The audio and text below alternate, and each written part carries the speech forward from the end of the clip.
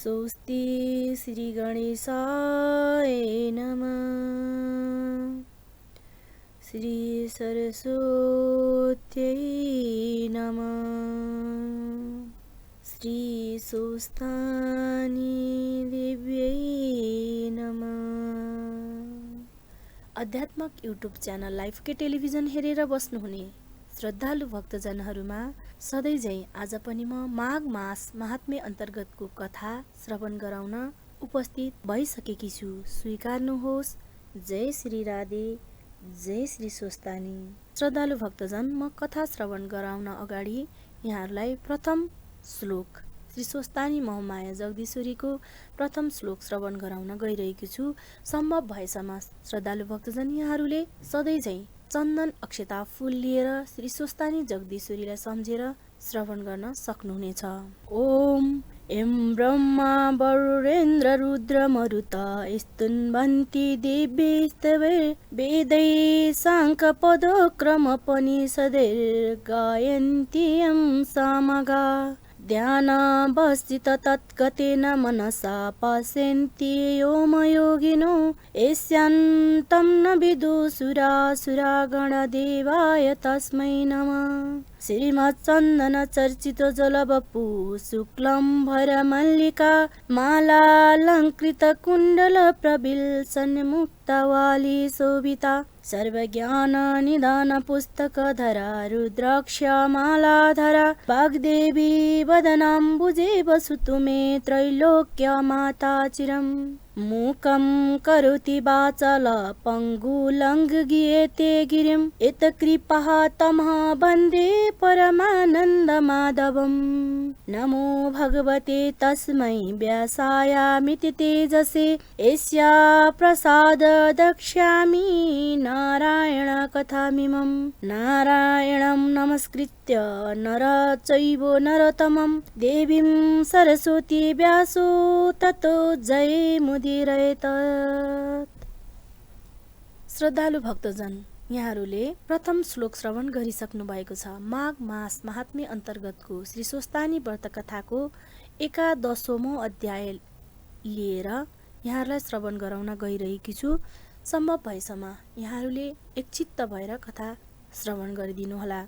कुमारजी आज्ञा गर्नुहुन्छ, हे अगस्त्य मुनि। सतीदेवीको सारा अङ्ग पतन भइसकेपछि पनि चित्त एकाग्र पार्न नसकी हा सती हा भन्दै घुमिरहेका सदा शिवलाई देखेर तारकासुर दैत्यले आफ्नो मन्त्रीगणसित भन्यो, हेर सतीदेवी मर्नाले महादेव बौला जस्तो भएर डुलिरहेका छन्। यसै मौकामा हामीले देवताहरूलाई जितेर अमरावती लिनु पर्दछ, अत चाँडै सेना तयार गर।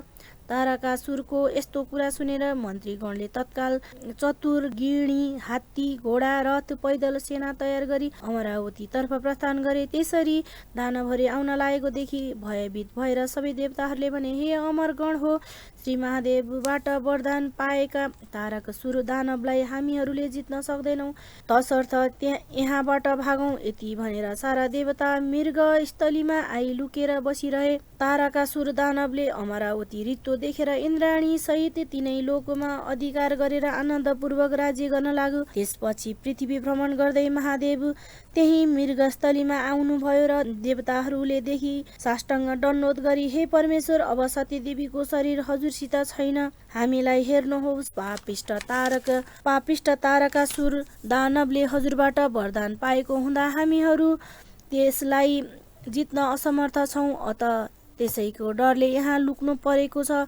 अब त्यस दानवको नाश गरेर हाम्रो रक्षा गर्नुहोस्। यस्तो प्रार्थना गरेको सुनि सदाशिवले नेत्र उघारेर हेर्नुभयो र सामुन्ने देवताहरूलाई देखि केही पनि उत्तर नदी केवल सती देवीलाई नै सम्झी त्यहाँबाट पनि हिँड्नुभयो। हे अगस्त्य मुनि, त्यस बेला शिवजीले शोक गरेको देख्ने संसारका कुनै पनि जीवले पनि सहन सकेनन्, अर्थात् प्रत्येक प्राणी दुखी भए। त्यसरी शोक गरेर 1 वर्ष पर्यन्त पृथ्वी भ्रमण गरी हिँड्नु भएको शिवजीले एक दिन चित्त दृढ गरी हेर्दा सतीदेवीको शरीर आफूसित रहेनछ भन्ने जानेर अब कसो गरौँ, कता जाउँ भनी आफूलाई धैर्य दिई उत्तरा पन्थमा तपस्या गर्न जान्छु भनेर हिँड्नु भएको त चित्त एकाग्र हुन नसकी दक्षिणको बाटो लागेर जाँदा कर्नाटक नगरको ब्रह्मपुत्र भन्ने स्थानमा पुग्नु भएछ। त्यहाँका ऋषिहरू स्नान गर्न गएका थिए। तिनका पत्नीहरूले महादेवलाई त्यहाँबाट जान लाग्नु भएको देखेर परस्पर कुरा गरे। हे ऋषि पत्नी हो, सतीदेवी मर्नाले महादेव बौला झैं भई डुलिरहेका छन्। हाम्रा स्वामीहरू अनेक व्रत र एक भक्त बस्नाले साह्रै दुर्लभ हुँदा हामीहरूलाई काम भोगमा सन्तुष्ट पार्न सक्दैनन्। तसर्थ हामीहरू शिवजीको पछि लागेर जाउँ भनी पछि लागे। त्यो कुरा स्नान गर्न गएका ऋषिहरूले थाहा पाएर खोज्दै जाँदा बाटोमा भेटेर हे महादेव, तिमीले हाम्रा पत्नीहरू किन हरण गरेर ल्याएको भने। त्यो कुरा सुनेर शिवजीले भन्नुभयो, म तिमीहरूका पत्नीहरू किन हरण गरेर ल्याउँथे? ऋषिहरूले यी पछि लागेर आएको को हुन् त भन्दा महादेवले फर्केर हेर्दा ऋषि पत्नीहरूलाई देखि मैले त ल्याएको होइन, यिनीहरू किन आएछन् भन्नुभयो। अनि ऋषिहरूले रिसाई भने, हे शिव, तिम्रो जुन लिङ्ग देखेर हाम्रा स्त्रीहरू पछि लागे त्यो लिङ्ग पतन होस् भनी श्राप दिए। त्यो श्राप पर्नासाथ शिवको लिङ्ग पतन भयो र त्यसबाट ज्योतिर्लिङ्ग उत्पन्न भई ब्रह्माण्ड नै छोप्न लाग्यो। तब देवताहरू डराई श्री विष्णु कहाँ पुगी सारा स्थिति वर्णन गरेपछि विष्णु भगवान तुरन्त उठेर त्यस ज्योतिर्लिङ्गलाई अङ्कमाल गर्न साथ साम्य भयो। त्यो देखेर विष्णु भगवानको स्तुति गरेर आफ्ना आफ्ना आश्रममा गए। त्यसपछि उही ज्योतिर्लिङ्गबाट विश्वेश्वर प्रकट भएर आज्ञा गर्नुभयो, हे ऋषिश्वर हो, म निर्दोषलाई व्यर्थमा श्राप दियौ। अबदेखि तिमीहरूको पनि वाक्य शुद्ध हुने छैन र ब्राह्मणीहरू पनि एक पुरुष मानेर बस्न नसकुन्। यस्तो श्राप दिएर उत्तर पन्थमा गई काम क्रोध लोभ मोह त्यागी सम्पूर्ण इन्द्रिय रोकेर ब्रह्ममा चित्त लगाई कठोर तपस्यामा लीन हुनुभयो। इति श्री स्कन्द पुराणे केदारखण्डे माघमात्म्य कुमार अगस्त्य संवादे श्री स्वस्तानी व्रत कथाया ज्योतिर्लिङ्गोत्पत्ति वर्ण नामो एकादशो अध्याय।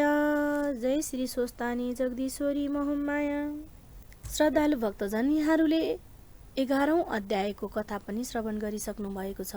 माघ मास महात्म्यको कथा अन्तर्गतको यस कथा सुन्नाले सम्पूर्ण भक्तजनहरूलाई अवश्य पनि पुण्य फल मिल्छ भन्दै यहाँहरूलाई अन्तिम श्लोक श्रवण गराउन गइरहेको छु। सम्भव भएसम्म यहाँहरूले चन्दन अक्षता फूल लिएर श्लोक श्रवण गर्नुहोला। उपनयन्तु मङ्गलवा सकल मङ्गलाय श्रीमान दिनकर किरण निबोधित नव नलिन दलिनी भेक्षण कृष्ण काले वर्षतु पर्जन्य पृथ्वी सस्यशालिनी देशो य छेबो रहितो ब्राह्मण सन्तु निर्भय अपुत्र पौत्रिण सन्तु पौत्रिण सन्तु पौत्रिण निर्धना सदना सन्तु जीवन्तु सरदा शतम् तैत्र गङ्गा यमुना च तत्र गोदावरी सिन्धु सरस्वती च तीर्थानि सर्वाणि वसन्ति तत्र यत्राच्युतो द्वारा कथा प्रसङ्ग या कुन्देन्तु सारहार धवला या शुग्र वस्त्रावृता या वीणा वरदण्ड मण्डित करा या श्वेत पद्मासना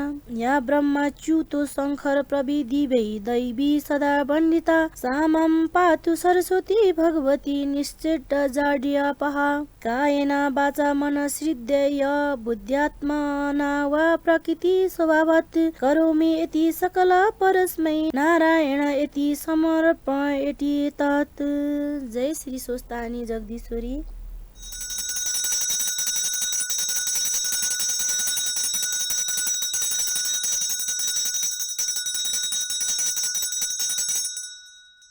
श्री स्वस्तानी जगदीश्वरीलाई सम्झी यहाँहरूले चन्दन अक्षता उनै श्री स्वस्तानी महामाया जगदीश्वरीको सामुन्ने चढाई दण्डोत गर्न सक्नुहुनेछ। श्रद्धालु भक्तजन, यहाँहरूलाई मैले 11औं अध्यायको कथा पनि श्रवण गराइसकेको छु। भोलि यसै समयमा यहाँहरूलाई 12औं अध्यायको कथा श्रवण गराउने नै छु। त्यतिन्जेलसम्म यहाँहरूमा ओझेल पर्न चाहन्छु। जय श्री राधे, जय श्री राधे, जय श्री स्वस्तानी।